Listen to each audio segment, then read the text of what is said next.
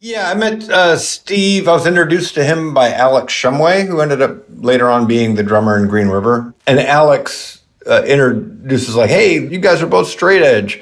Like at the time, I wasn't drinking or smoking pot, and neither was Steve. Steve, I don't think ever drank at all at that point. The thing was like at the time, I was still like I was experimenting with psychedelics. So I was like, that's, something that I might be able to learn something from, whereas everything else just seems like smashing yourself over the head with a hammer. And now at this point in my life, I'm totally happy to smash myself over the head with a hammer. It turned out that Steve was one of the few people that I ever ran into that was like, "Hey, I like your band," talking about Mr. Epp, my first band. And so eventually he joined. My name is Steve Turner. I play guitar in Mudhoney and have for the last 35 years.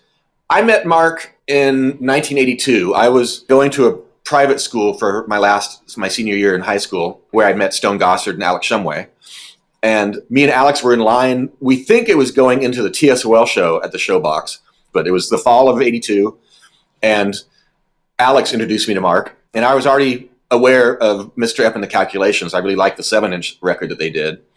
So we just kind of became friends and started hanging out together. And 9 months later, I joined Mr. Epp as second guitarist. And, he was a big influence on me. Mark was 3 years older than me and knew more about music than I did at that point.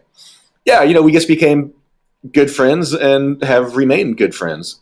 It's a very long relationship. We've been in bands together now, officially for 40 years together. That's crazy. When that band fell apart, Steve and I decided to start another one, and that ended up being Green River. We brought Alex in and got Jeff Ament on bass and eventually Stone. We started Green River, me, Mark, Jeff Ament, and Alex Shumway in the spring of 1984. Jeff had been in a band called Deranged Diction that was still sort of not totally done, but kind of done. And we thought Jeff would be a great bass player to have because he jumped around a lot and he played through a distortion box on like the Deranged Diction stuff. So I got a job at a coffee shop called Raison d'Etre that Jeff worked at to try to convince Jeff to join a band with me and Mark because he wasn't a fan of Mr. Epp and the Calculations. And we convinced him that we were going to try to have a real band this time around. So he got on board with that. It changed fairly quickly. We got Stone Gossard in there on second guitar. He beefed up the sound quite a bit, and he brought a more classic rock thing to it, I think. We were all kind of tired of hardcore. Well, I mean, we were all trying to figure out what to do after hardcore. And it seemed like there were a couple of paths that people were taking. One was sort of like kind of doing a more speed metal thing. Another one was just sort of kind of being more standard rock, like I guess like the Replacements and Husker Du were kind of becoming. And then there was sort of like the weirder stuff, like the Butthole Surfers or Sonic Youth.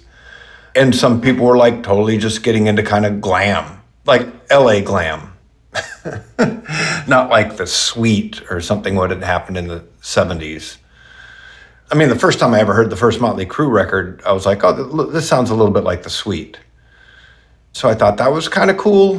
And then I bought Shout at the Devil and thought like that was a terrible record. So that's kind of how my flirtation with that stuff ended. Well, Green River, there were just more metal elements creeping into it. And I wasn't really a fan. I wasn't a metal dude at all.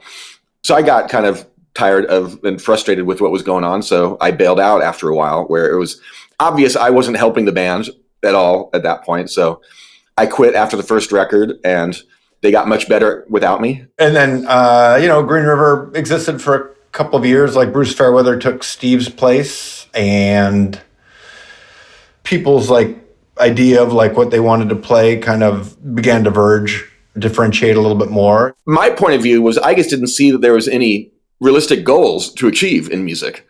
My only goal was put out a 7-inch. I was doing pretty good if I got there. I couldn't see how it would be a career at the time. I was not open to that idea for myself. And, that's, I guess, my own stubbornness and whatever. But I just didn't see it working for any of them either. Clearly, I was wrong. The subject of me taking singing lessons, vocal lessons actually definitely came up. And, I was just like, there was this vocal coach in West Seattle who, like apparently Jeff Tate and a bunch of other East Side metal guys like went to. And I was just like, I want to have my own thing.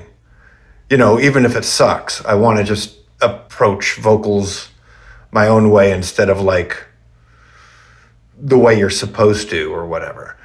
And, in terms of that, I think like a couple of huge influences were at the time and still were like Iggy Pop and Jerry Rosley from the Sonics.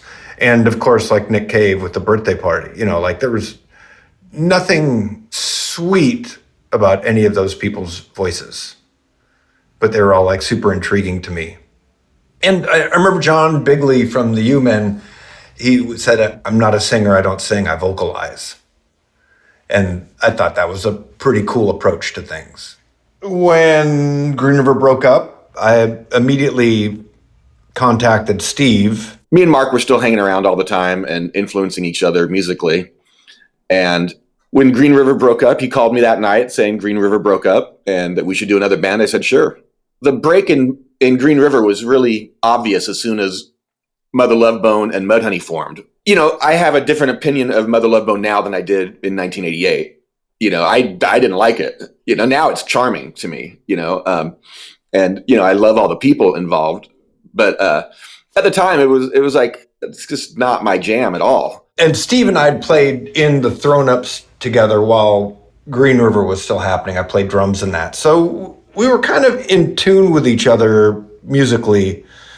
And we would get together and like listen to records, and our feet and our hearts were more towards like the punk rock and like the underground sounds of especially stuff coming out of Australia. We were very influenced by really crude bands like Feed Time out of Australia, The Scientists, and punk rock and obscure 60s Nuggets type garage punk and psychedelic stuff. Stooges obviously were a cornerstone, but Mark and I had a very united front on what we kind of wanted to do, at least the perimeters, if you will. It was, distorted guitars. He was going to play some slide guitar. I wanted him back on guitar because I liked the way he played guitar. He was kind of a savant on the guitar, and it kept him grounded as well a little bit. It was new for me at the time to be like playing guitar and like in Green River, basically Stone and Jeff and Bruce and Steve, and Alex even, like they wrote all the music. And I think I was like fairly immature about it. Like my approach was like, oh, I have to sing over every part. I just kind of like, I didn't let the songs really breathe. So I kind of like overwrote lyrics. But I think it was just sort of out of a place of insecurity. Like, what am I going to do if I'm not singing? Am I just going to stand there? And so like when Mudhoney started and I played, like Steve was like, you have to play guitar.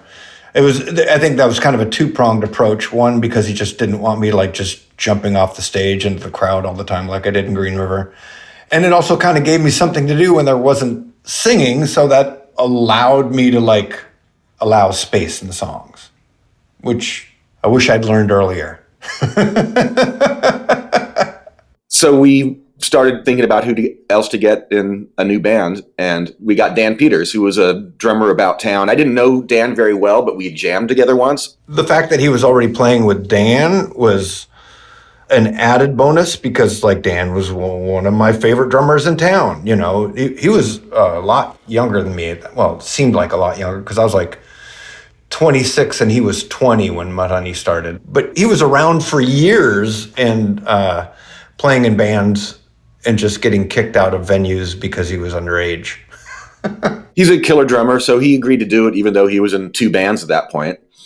And the Melvins had just moved, or they had broken up, and Buzz and Dale had moved to San Francisco, leaving Matt Lucan behind. He was a buddy of ours, and, we loved the Melvins. So we thought we should get Lucan involved. So we reached out to him. He was still living in Montesano, which is right next to Aberdeen, 2 hours away, pretty much, from Seattle. And he was like, it's a long way to go just for practice. So he was coming into town for New Year's Eve. So our very first practice with all four of us was on New Year's Day, 1988. And that's kind of when we marked the birth of the band. And I have no recollection of that practice. I'm sure none of us felt very good.